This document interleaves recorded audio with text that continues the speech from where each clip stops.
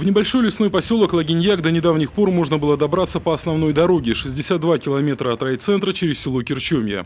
Несколько переходов через лесные ручьи, вдруг тупик. Мост через реку Виль разобран. Ведется капитальный ремонт моста по направлению от Кирчомьи к поселку Лагиньяк через ручей Виль, так как конструкция пришла в непригодность, лопнула балка. И, соответственно, в связи с ремонтом вот этого моста движение запрещено. Разворачиваемся на вторую ветку. До Лагиньяга и Зимстана есть еще одна объездная дорога. Навстречу вереницы лесовозы, под завязку груженные кругляком.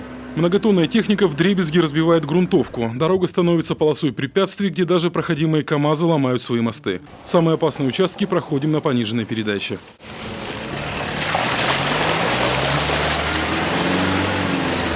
Если аккуратно и в сухую погоду, то в Лагиньяк все же проехать можно. На некоторых участках объездной дороги постелены плиты.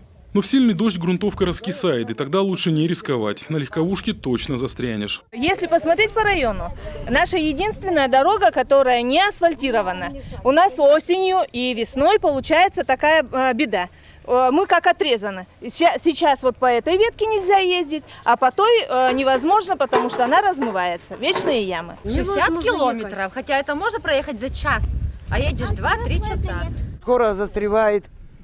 Люди не могут даже и не доехать, умереть скорой. Чё?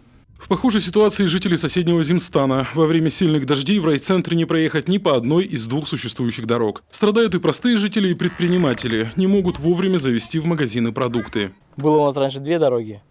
Сейчас, получается, иногда как будто бы ни одной дороги не осталось.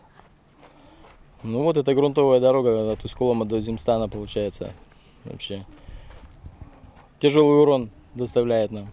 Мы связались с руководителем районной администрации Сергеем Рубаном, который заверил, ситуация под контролем. Накануне на место выезжала комиссия с представителями управления автомобильных дорог республики. И уже есть решение, кто, как и в какие сроки будет ремонтировать разобранный мост через реку Виль. Мы провели переговоры с предпринимателями Усть-Коломского района по безвозмездной передаче пиломатериала, необходимого для ремонта. Мы эти обязательства выполнили. Наши предприниматели, спасибо им огромное, пошли навстречу. Необходимый объем нами был найден. В свою очередь, управление автомобильных дорог пообещало, что через подрядную организацию, это компания «Технолес», они выполнят ремонт.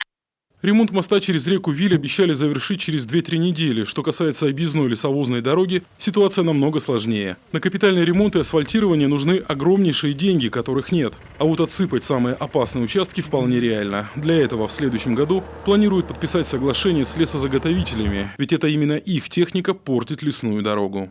Алексей Корчма, Олег Жуковский, телеканал Юрган, Усть-Коломский район.